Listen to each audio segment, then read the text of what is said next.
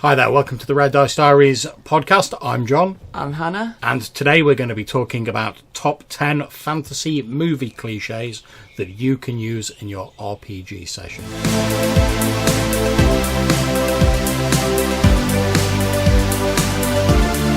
So, Hannah, what are the benefits of potentially using cliches in a role-playing game? It's a nice sort of...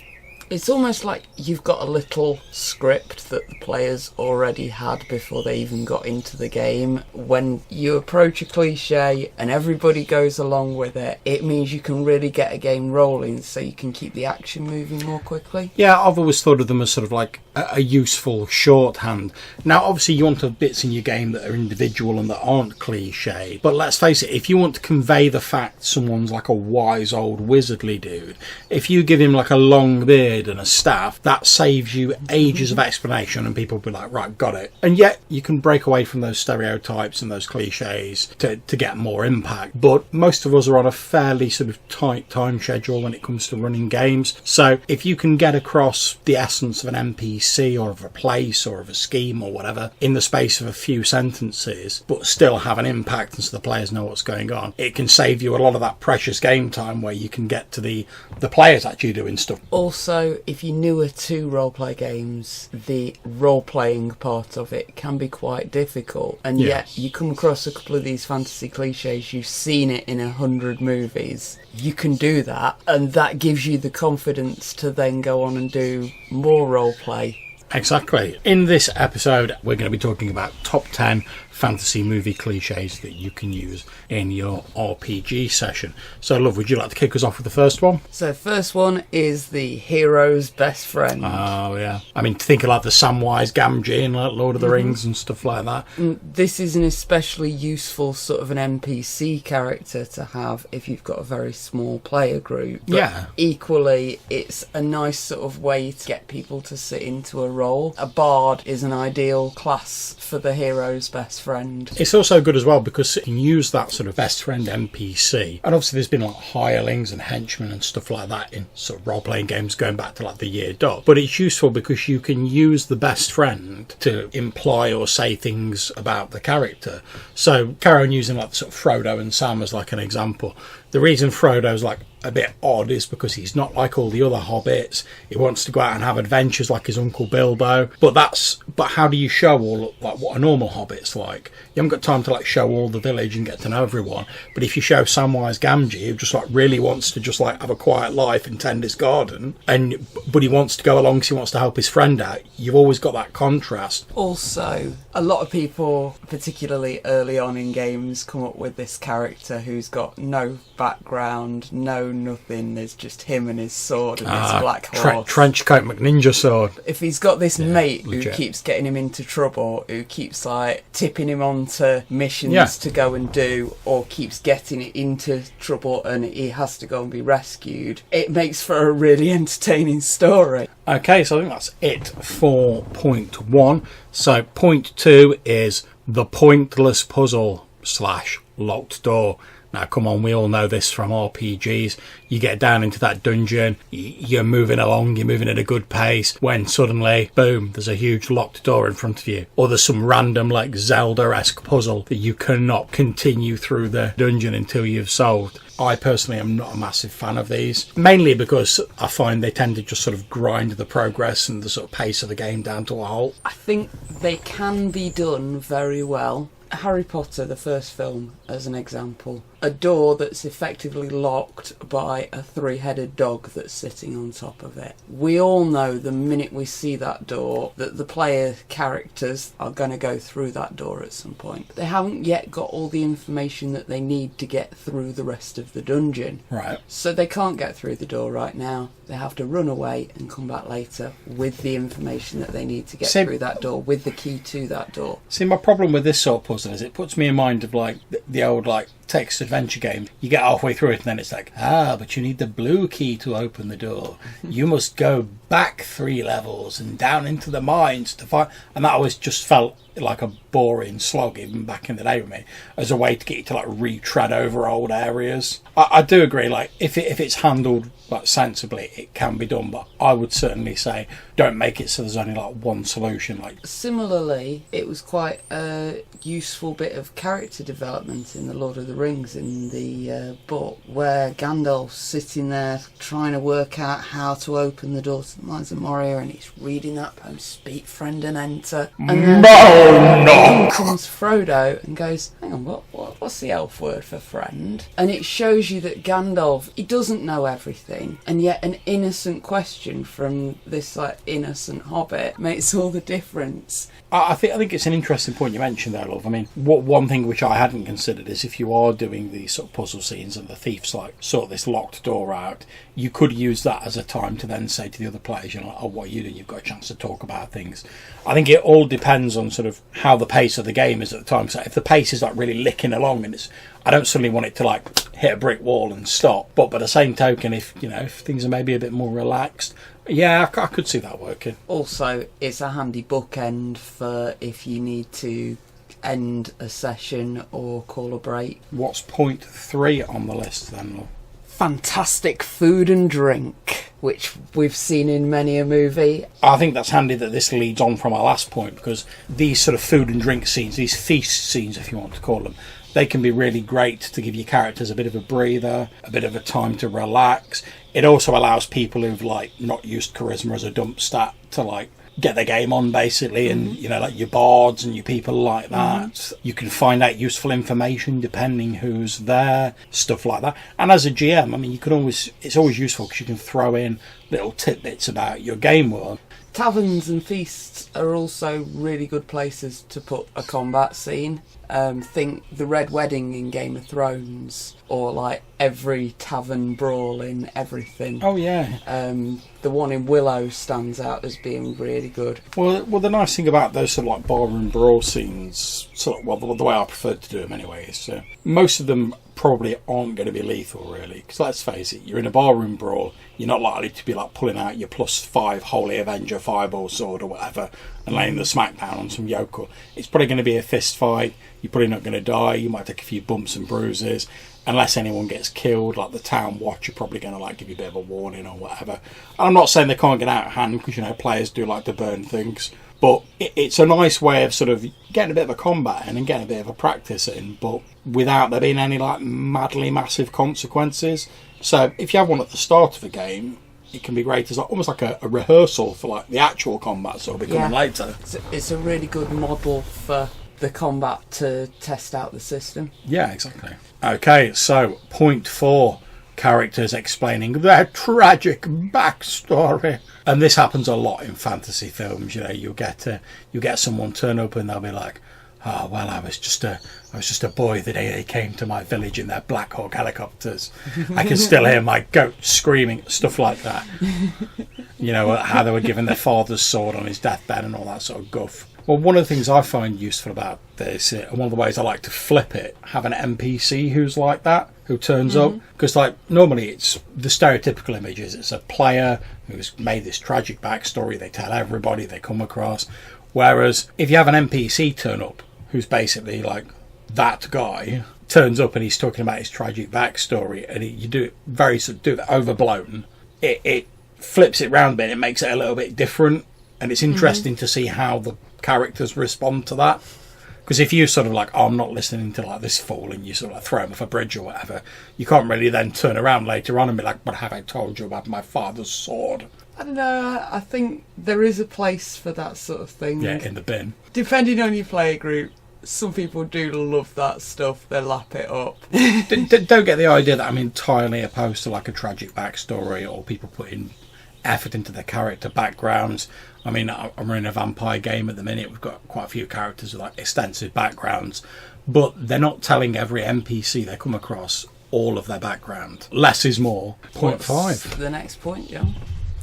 Okay, so it's the secondary villain who is a little bit rubbish. We're talking about the lieutenant character, the second in command. He's like the sort of midway boss. As far as I'm concerned, like the main useful reason to have these is because if you're putting like a big baddie in an RPG scenario, you don't want him to be someone that the player characters can just stroll up to right off the bat and be like, blah, that shootout with.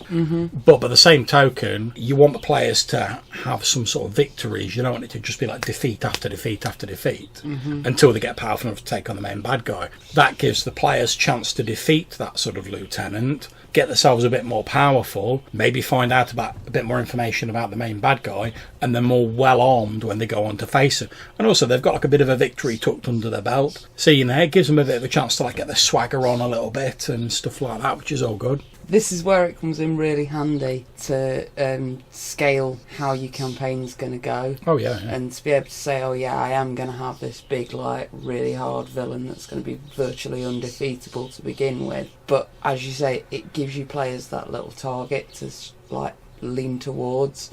So next on the list is the level up montage, and we've seen this from 100 films. I think Team America did a song about it. Similarly, like every Robin Hood movie always has that scene where they're training up the merry men. Yeah. I mean, think about things like Krull as well and all that sort of fantasy sort of films. It starts off with the guys like, oh, I've maybe got like a power or a special like doohickey that I can use, but I've not quite mastered it. And as the film goes on, they inevitably have that bit where they get a chance to like practice with it and like, oh, they've unlocked the power in like whatever it is.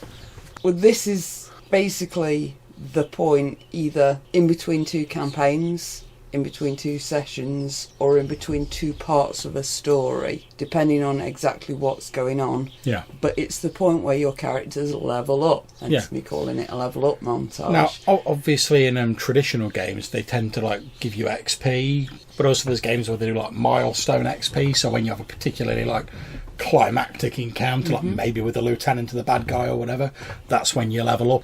I know there's optional rules in D&D, and I'm sure there's rules in other games where you have to have a specific amount of time to train before you can actually level up as well as getting the XP.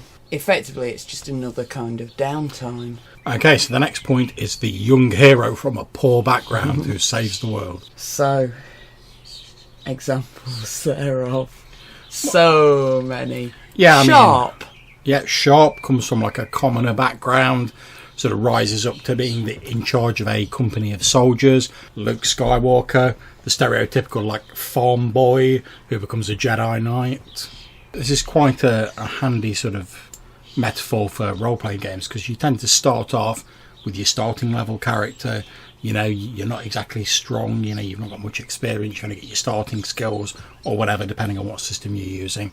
Then as the game progresses, you sort of become more powerful, as we were saying in the previous points, and you get to that point where you become this hero and you can do these sort of like world-shaking things. I think that whole sort of hero's journey from the start to the finish really is like a model of RPGs. It's not surprising, because I'm sure a lot of it was based on that.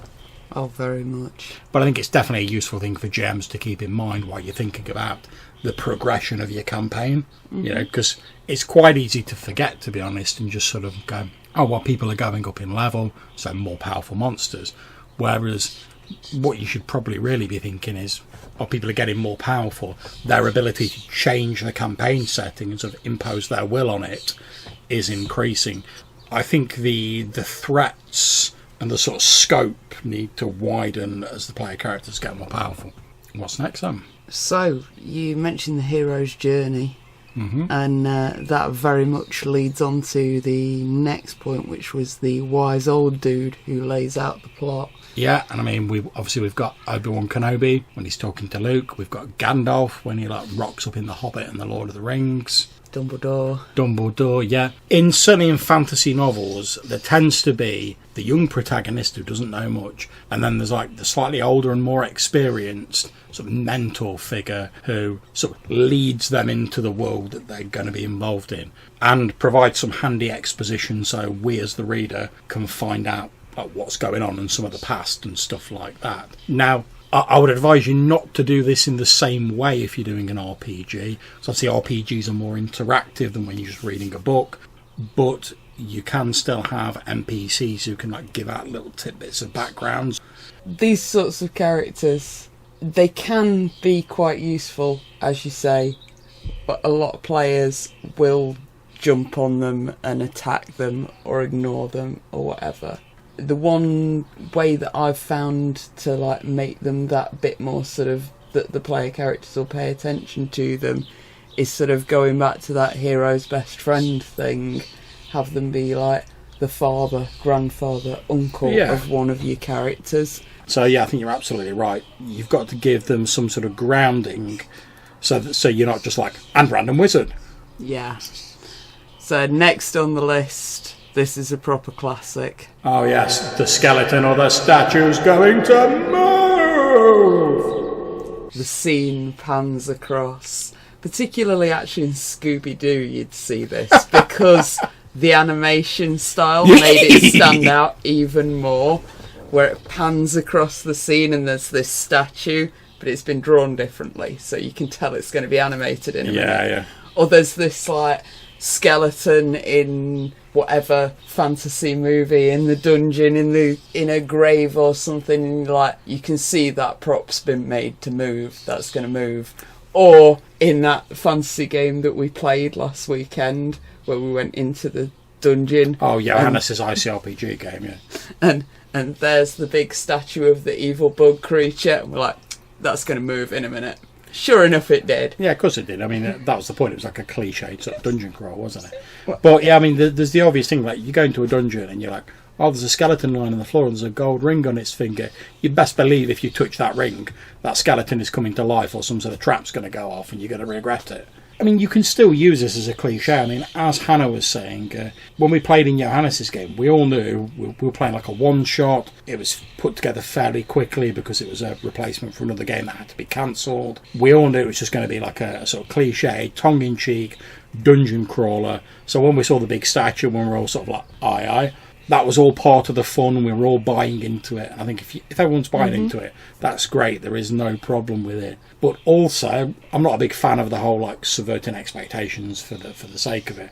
But in this case, you can use that to subvert. I mean, have a few skeletons with rings on their fingers, and the players go to look at them. It's just a skeleton with a ring on his finger. And it doesn't have to be like a massively valuable ring. Oh yeah, you've found a ring that's worth like 10 gold pieces on the skeleton's finger. There you go. And the players are like, oh, okay. And that can sort of throw them back a bit, and it lets them know that like not everything's going to be as they expect in that dungeon. So later on, when you have like maybe a few more things that are a bit cliched, they're not instantly going to be like, oh yes, I know what this is, I know what that is, because they'll be thinking, oh yeah, but that skeleton, I didn't just take the ring off its finger, it didn't come to life. A bit of subversion can be useful in that sort of sense.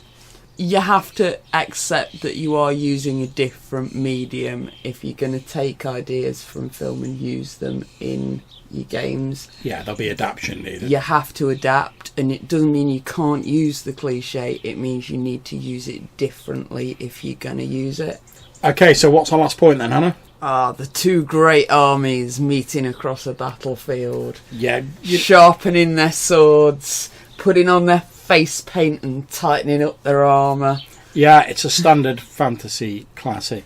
Nothing says grand fantasy film than like two armies, normally one of light, one of darkness, meeting, facing each other across a huge battlefield. Again, in a juxtaposed montage scene where we get some flashes of the bad guys' army and then a couple of shots of the good guys' army doing similar things but in different ways. You'll probably have a bit of a close-up on like the hero characters and like the main villains who are dotted amongst them.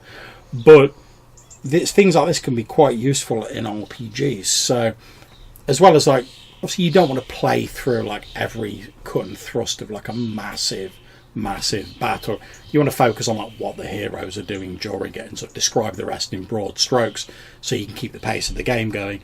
Unless you're into like the bigger scale wargaming, in which case you can certainly do that. To me it always looks like a gaming table being laid out. Obviously I used to work at a gaming shop. I've watched many games being laid out and can think of quite a few more unusual armies. But so, yeah, to go back to the Lord games, of the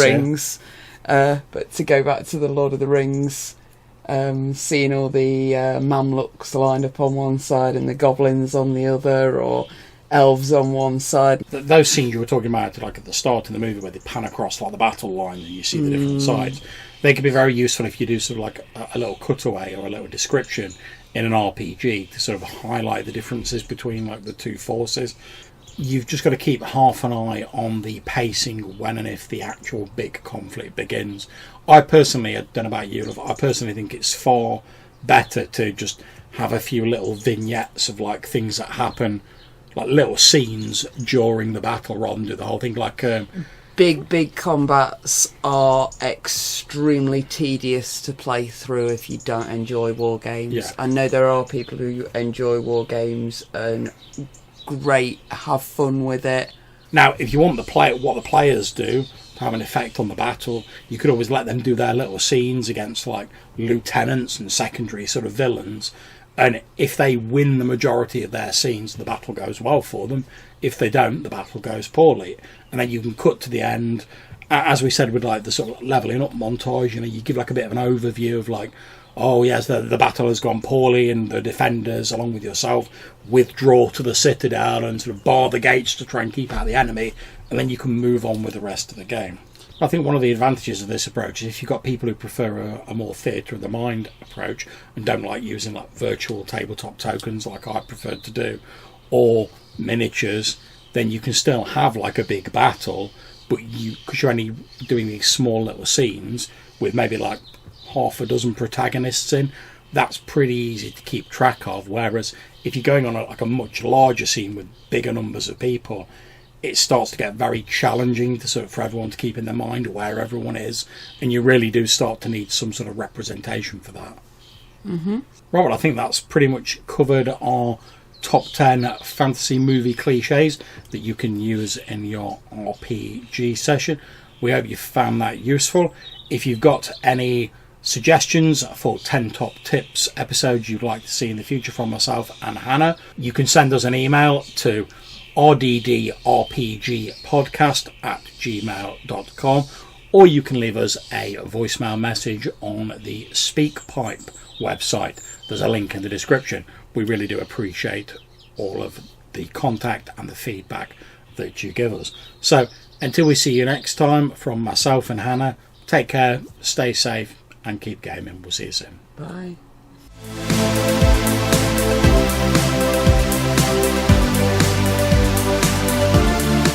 Luckily, we didn't leave only one way for our cat to bypass our latched door puzzle, did we, Phantom?